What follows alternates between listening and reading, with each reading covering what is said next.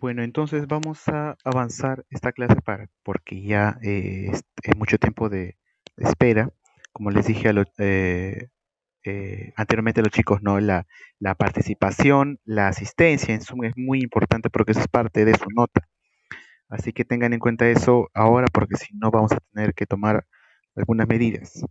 Bueno, entonces para comenzar esta clase, vamos a continuar prácticamente con el tema que dejamos la semana pasada y es un tema muy interesante porque continuamos con el desarrollo de este pequeño pueblito, de esta pequeña ciudad que la fundó pues Rómulo, ¿no? Según el mito, ustedes saben que Rómulo navegó pues con su hermano Remo por el río Tíber y ambos en una cesta, ¿cierto? Entonces, eh, pasando un tiempo por el mito que ya le hemos contado, descubre que ellos son los herederos al trono porque su tío es el que los quitó de ahí pues arbitrariamente y luego llega Rómulo y llega a fundar Roma, ¿de acuerdo? Y pasa mucho tiempo para que Roma se convierta pues de un pueblito simple a una potencia. Entonces, eh, todo imperio, toda potencia mundial no surge de un día para otro. Es un largo proceso en el cual estos países van desarrollando y van teniendo una época en donde se convierten en la potencia dominante de su región.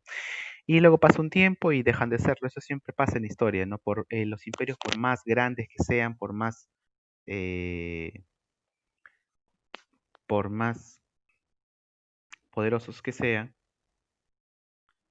siempre se terminan desapareciendo, ¿no? Son por épocas. Por ejemplo, actualmente el imperio más importante, ¿cuál es? El estadounidense, ¿cierto? Estados Unidos es el imperio, es la potencia mundial. Y antes de Estados Unidos, ¿cuál era la potencia mundial? Bueno, el siglo antepasado era pues lo que es Inglaterra. Me voy a compartir la pantalla.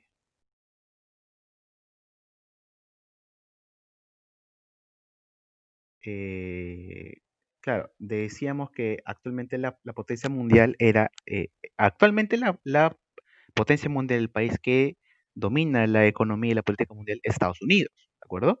Y antes de Estados Unidos, ¿cuál era la potencia mundial? Antes de Estados Unidos, el siglo antepasado, era Inglaterra, el imperio británico. Y antes del imperio británico era el imperio español, que tenía grandes colonias en América. Y antes del imperio español era pues las, las ciudades, las ciudades comerciales de Italia. Y antes era pues el imperio bizantino. Y antes el imperio bizantino era el imperio romano. Es decir, que el imperio romano en una época muy extensa se convirtió en la máxima potencia del mundo conocido. ¿De acuerdo? Eh, ¿Y cómo lo logró?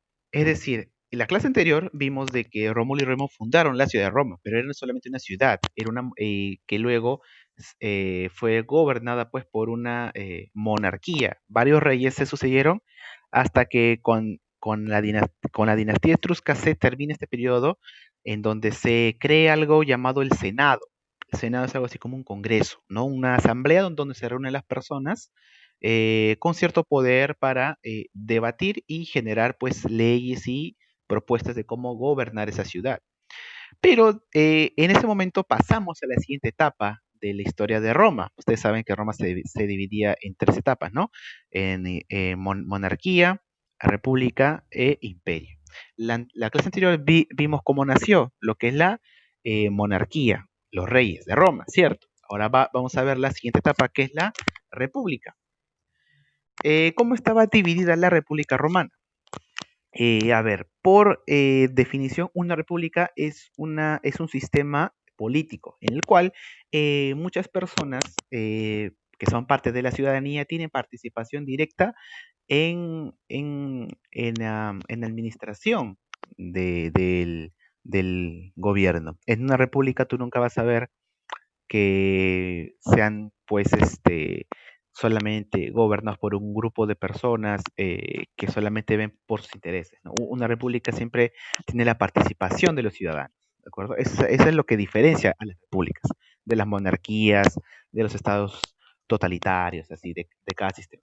¿Cómo estaba dividido la sociedad de la República Romana? Eso es algo muy, muy, muy fácil.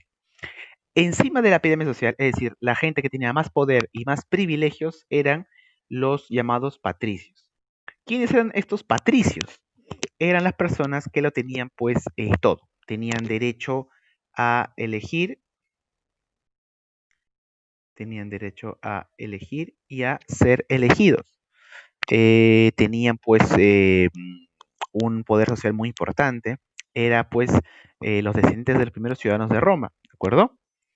Luego de los patricios, ¿quiénes estaban? Eh, estaban los plebeyos. Debajo de los patricios estaban los plebeyos. Eran ciudadanos que ciertamente habían ganado su derecho a la ciudadanía, ¿de acuerdo? Es decir, los patricios eran ciudadanos, tenían poder y tenían dinero, podían votar. Ellos podían ir a la asamblea y debatían y su voto era considerado como válido. Debajo de los patricios estaban los plebeyos, que no habían nacido en aristocracia, que no habían nacido ni tenían los derechos de los patricios, pero lo habían conseguido. Muchas veces eran pues soldados o gente importante que mediante su carrera había obtenido por mérito propio sus derechos como ciudadano romano, ¿de acuerdo? Es decir, que los plebeyos y los patricios eh, eran los que estaban por encima en la jerarquía social, ¿de acuerdo? Ellos podían votar, ¿de acuerdo? Aquí lo vemos, los patricios y los plebeyos. Eh,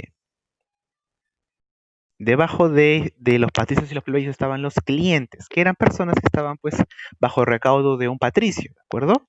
Eh, y esto de aquí va a ser el germen de lo que luego va a surgir más adelante en Europa, que va a ser el feudalismo, que ya lo vamos a ver luego, que es simplemente cuando una persona le da todo su mano de obra, prácticamente su vida, se le entrega a otra persona para que lo proteja. Y esta relación se basa en que yo trabajo tus propiedades, tu casa, tu tierra, y tú me das protección. Eso luego se va a popularizar luego en Europa. Y luego, debajo de toda la sociedad, ¿quiénes estaban? Los esclavos, ¿no? Por supuesto. Roma era una sociedad esclavista, acuérdate de eso. Y los esclavos, en su mayoría, eran pues personas que habían sido obtenidas y capturadas bajo el sistema de prisioneros de guerra, ¿no? Cuando Roma hacía una guerra, conquistaba o ganaba la guerra a otro pueblo, tomaba a sus ex soldados, que eran sus enemigos, y los llevaban a Roma y los comercializaban como esclavos, ¿de acuerdo? Perdían todos sus derechos. Eh, Obviamente que los esclavos no tenían ningún derecho, no tenían ningún tipo de responsabilidad social, absolutamente nada. Solamente eran considerados como animales de carga. Eran prácticamente tomados como fuerza bruta. Eh, y es la definición pues de un esclavo clásico, ¿de acuerdo? Una persona sin derechos y sin propiedades y nada. Ahora, Roma pasó de ser una pequeña ciudad a una monarquía, ¿cierto? Y luego esta monarquía empezó a extenderse de una manera increíble durante un periodo de tiempo relativamente corto. Aquí vemos la península itálica, ¿de acuerdo? Roma está aquí al centro. Eh, Roma poco a poco se fue extendiendo porque empezó a mejorar significativamente su sistema político y a partir de ello empezó a mejorar su sistema militar.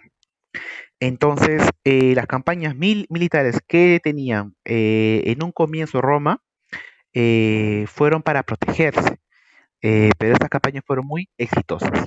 A ver, Roma se dice que el Imperio Romano o Roma en general es un imperio que se expandió por defensa propia. ¿Por qué? Porque los romanos se dieron cuenta que los latinos o que los umbrios eran o sea, sus vecinos eran muy peligrosos y conquistaron esa región para protegerse. Pero al conquistar esa región, ahora sus nuevos vecinos eran los etruscos y los samnitas. Entonces, para protegerse de ellos, también los conquistaron. Pero cuando los conquistaron, se dieron cuenta que sus vecinos eran los de la Magna Grecia y los celtas en el norte. Entonces, para protegerse de ellos, también los conquistaron. Y así, así, cada vez que conquistaban una nueva región, se dan cuenta que sus vecinos aumentaban. Por eso que se dice que Roma surgió por defensa propia, ¿no? Se expandió por defensa propia. Es algo muy, muy interesante si lo analizamos de esa manera. Cada vez más aumentaban sus vecinos y aumentaban sus rivales. A ver, vamos a ver las diapositivas. Ya están aquí, listo. Primero conquistaron pues a los latinos, ¿no? Los cometieron en sus súbditos, mejor dicho, en sus colonos, ¿no? Luego vencieron a los samnitas, que eran también sus vecinos del este, finalmente a los etruscos en el norte, anexaron esa región, y finalmente el sur, que es la Magna Grecia. Esta parte que ven ustedes aquí en el mapa de verde, este de aquí, donde dice Greeks, este mapa está en inglés, ¿no? Donde dice Greeks, eso significa griegos, ¿no? Esa es la Magna Grecia. La Magna Grecia eran las colonias que habían fundado los griegos. Ustedes saben que Roma tiene mucha influencia, pues, ¿no? De la cultura griega. Y así, pues, se hicieron en un periodo corto de tiempo de prácticamente toda la península itálica, lo que actualmente ahora es Italia.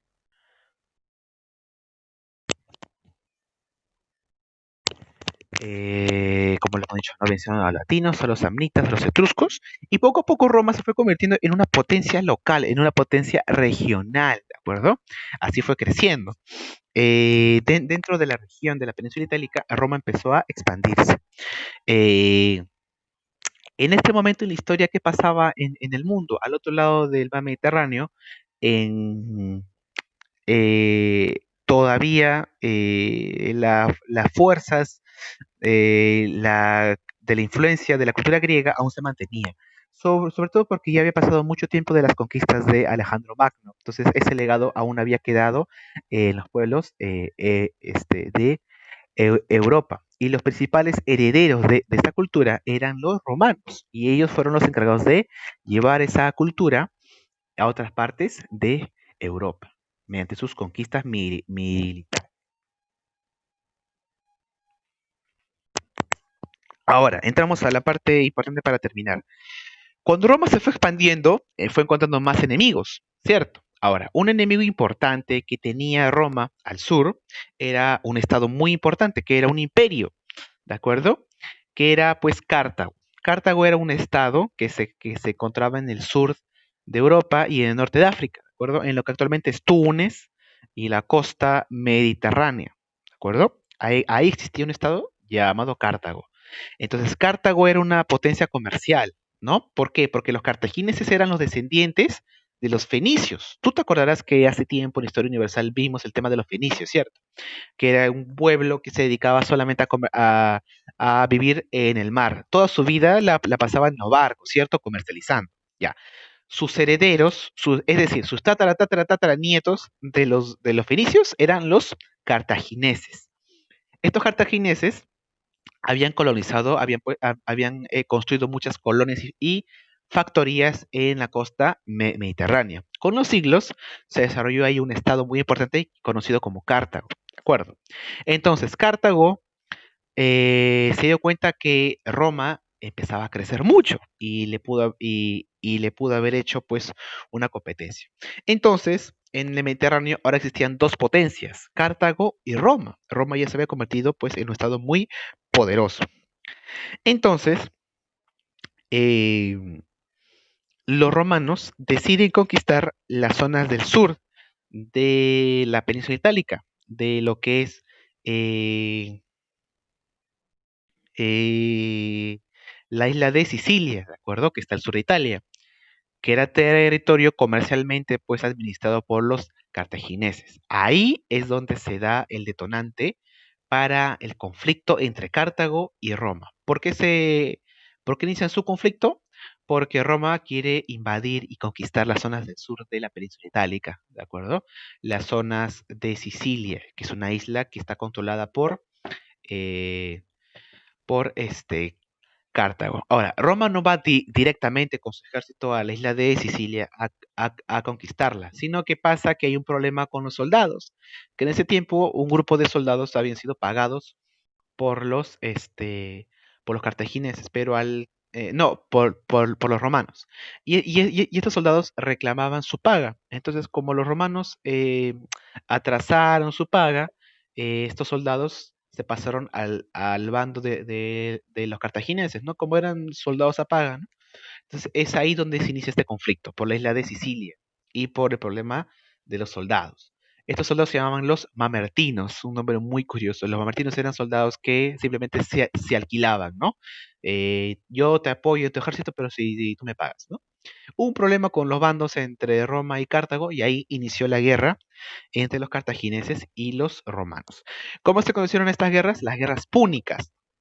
Si participan los cartagineses y los romanos, ¿por qué se llaman guerras púnicas? Porque los romanos van a conocer como punos o punis a los cartagineses. Así le van a llamar. Y se inician las primeras guerras púnicas, que fueron tres. ¿Cuáles fueron las causas? Pues no, el conflicto el conflicto por el dominio del mar Mediterráneo, ¿de acuerdo? El mar que vemos aquí en el mapa es el mar Mediterráneo. Y aquí vemos que hay dos potencias. El rojo es el mar, es Roma, el Imperio Romano, está en la península itálica, y en lo que es de verde es Cartago, ¿de acuerdo? Habían formado un estado muy poderoso, comercial, ¿de acuerdo? Entonces, las dos potencias comerciales, al encontrarse, se inició una gran guerra. La primera guerra púnica es un fracaso para los romanos en su primera campaña. Pero luego, los romanos se dan cuenta que van a perder la guerra. Incluso la están perdiendo los romanos, ¿de acuerdo? Entonces, los romanos se dan cuenta que ellos no pueden hacer nada frente a los cartagineses, porque los cartagineses tienen una gran flota naval, ¿no? Tienen grandes barcos, grandes buques. Y los romanos no tenían nada de eso, porque los romanos son una región, son un estado que surgieron por la guerra en la tierra, ¿no? Su ejército era muy preparado, pero en el mar no tenían nada que hacer. Entonces, ¿qué hicieron los romanos? ¿Se rindieron? No, se dieron cuenta que en la costa de Roma había un naufragio, es decir, un barco perdido. Y ese barco perdido era un barco de los cartagineses. Entonces, el cónsul Régulo, que estaba al mando de Roma, ¿qué decidió? ¿Qué hizo? Dijo, a ver, tenemos un barco acá perdido de los cartagineses que es de hace unos años. Y los cartagineses tienen una gran flota naval. ¿Qué hacemos? ¿Nos rendimos? No, vamos a rescatar ese barco perdido y lo reconstruimos. Entonces, ¿qué hizo Roma? Al darse cuenta que no tenía ni un barco, copió ese barco cartaginés y los utilizó para Roma. Es decir, que Roma copió el modelo de todos los barcos de los cartagineses y lo pusieron en práctica y se pusieron a entrenar. Y como los romanos no tenían control en el mar, porque el mar Mediterráneo estaba controlado por los cartagineses, a sus soldados eh, de Roma los entrenaban en la tierra. Entonces el barco lo construían, lo copiaban en la tierra, y para practicar cómo hacer funcionar ese barco, ponían a soldados y los hacían remar, pero en la tierra, para que practiquen. Es decir, que su preparación fue de esa manera, ¿no? Practicaban a remar los romanos, pero en la tierra, porque el mar estaba controlado por los cartagineses. Así fue como se enfrentaron. Y pues, en la batalla de Egates, los romanos vencen a los cartagineses. Imagínense, de pasar de ser un país que no tenía ni un barco, a unos pocos meses a vencer a los cartagineses. Entonces, Amical, o el rey de los cartagineses, ¿no? El emperador, el máximo gobernante de los romanos, eh, Amílcar, negocia la paz, ¿no? Y firma una paz con los romanos para mantener estos acuerdos comerciales. Pero esos acuerdos comerciales no van a durar mucho, ¿de acuerdo? Aquí viene algo muy importante. Empieza a surgir en Cartago el descendiente de Amílcar Barca, que va a ser eh, Aníbal. Y este emperador, este gobernante cartaginés Aníbal va a ser muy importante para la historia de Cartago, porque Aníbal, desde pequeño, desde que es un niño, se va a dar cuenta que Roma es el principal rival de Cartago, de su patria. Entonces, desde pequeño va a crear en él se va a crear en él un resentimiento, un odio hacia Roma, porque sus padres, sus ancestros, participaron en una guerra pues muy cruel contra los romanos. Entonces, en ese momento, desde que es pequeño, cuando crece, cuando se forma, hasta que llega a ser emperador, hasta que llega a ser el rey de Cartago, Aníbal va a buscar una táctica, va a buscar un momento para vengarse, por así decirlo, de los romanos. Y se va a generar la Segunda Guerra Púnica. En la Primera Guerra Púnica ya vamos a ver que los, eh, que, lo- que los, que los cartagineses no solamente van a usar su poderío naval, sino también van a utilizar su poderío en la tierra, sobre todo en la península ibérica. Los cartagineses tienen el control en la península ibérica,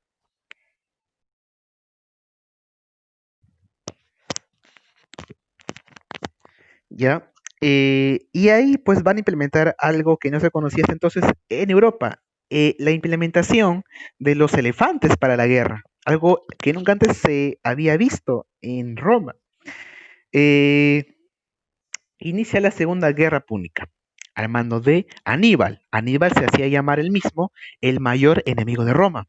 Y él había diseñado un plan para invadir Roma.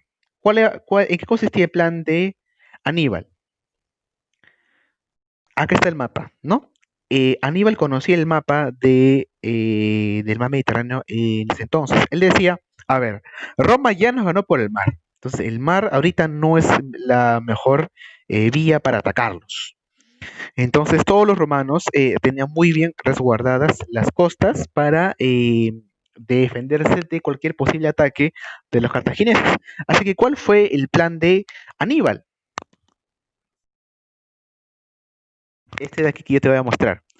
Desde Cartago ir por el territorio cartaginés, es decir, por la península ibérica, llevar elefantes, un escuadrón inmenso, una manada inmensa de elefantes de guerra, cruzar España, que le llamaban en esa época Hispania, cruzar Galia, lo que era Francia, y con los elefantes, por el norte, cruzar los Alpes, la cordillera de los Alpes, y por el norte llegar hasta Roma y sorprenderlos. Los romanos esperan que los cartagineses ataquen por aquí, por la costa, ¿no? Pero el plan de Aníbal fue cruzar todo por tierra y llegar por el norte y sorprenderlos. ¿Cómo? Usando elefantes, ¿de acuerdo?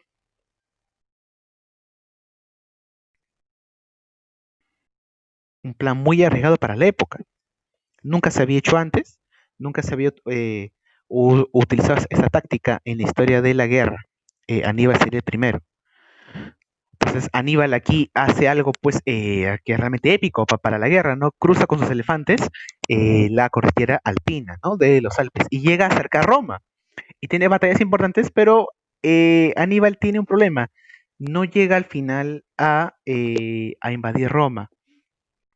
Vuelve al sur para ganar recursos, tiempo y provisiones, ¿no?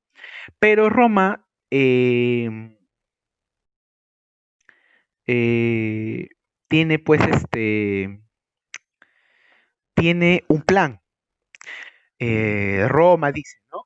A ver, los soldados cartagineses han llegado acá a Roma. Ellos han llegado con sus elefantes, ¿no? Pero ellos no tienen el poderío, no tienen el apoyo de los pueblos locales. Entonces, los romanos, su idea de los romanos para defenderse fue dejarlos a los cartagineses sin luchar, dejar a Aníbal sin luchar. ¿Para qué? Para que pase el tiempo y se le terminen las provisiones, para que se le mueran los elefantes de hambre y para que pase el tiempo y se debiliten y se mueran de hambre. Porque ninguna ciudad romana les va a dar, pues, ninguna ciudad de Italia les va a dar asilo ni apoyo. Y con el tiempo, pues, al final esta táctica, sumado a que Aníbal no tomó la ciudad de Roma sino el sur, pudo al final ser vencido. Y luego Aníbal en la batalla de Sama es vencido y Aníbal luego es exiliado y poco tiempo después murió. Es decir, no pudo someter a Roma. ¿Quién estaba a la mano de Roma? Un personaje muy importante para la historia del Imperio Romano, conocido como Escipión el Africano. Y la tercera guerra púnica va a ser ya prácticamente la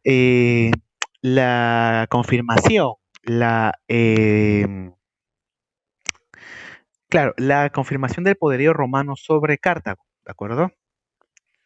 Eh, entonces, Roma decide destruir la ciudad de Cartago, pero desde la raíz, para terminar con todo tipo de influencia comercial a los cartagineses, porque los cartagineses después de las dos guerras ya estaban en fuerte crisis.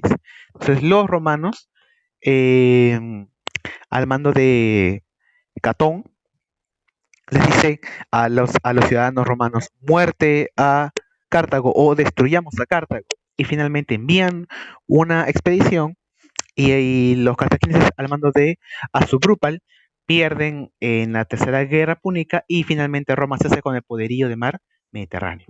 Para terminar, las consecuencias, ¿cuáles son? Roma se convierte en la primera potencia del mar Mediterráneo, ¿de acuerdo? Y aumentan las riquezas de los ciudadanos, es decir, de los patricios y de los plebeyos, y se gana en lo que es el aumento humano de los esclavos, ¿de acuerdo? Se diferencian mucho más las clases sociales. Los que son más, los que ya eran ricos ahora son más ricos porque participaron en una guerra. Y el pueblo pues se convirtió en una masa donde no tenían derechos porque no habían participado en esta guerra y se diferencian las clases sociales. Finalmente en lo político, no, en lo político, para terminar, ahí se va la hora. En lo político, para terminar, Roma se convierte pues en el primer poderío militar del Mediterráneo. Ay, esto de acá. Ya.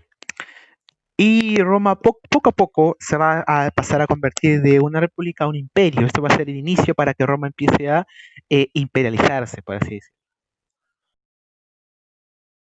En lo religioso, la cultura griega y la religión griega llega a ser asimilada por los romanos.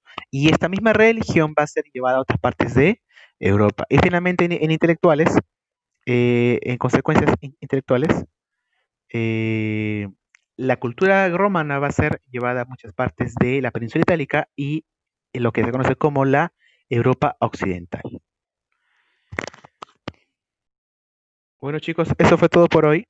Eh, como les decía antes, ahora ya se terminó la clase, no hay tiempo para su participación, pero como les dije al inicio, por favor, únanse a la hora correspondiente y avisen a sus compañeros que su participación, su asistencia en la clase de Zoom es muy importante, ¿sí? Así que vamos para la próxima semana para no tener problemas. Bueno, jóvenes, eso fue todo por hoy. Nos vemos la siguiente semana.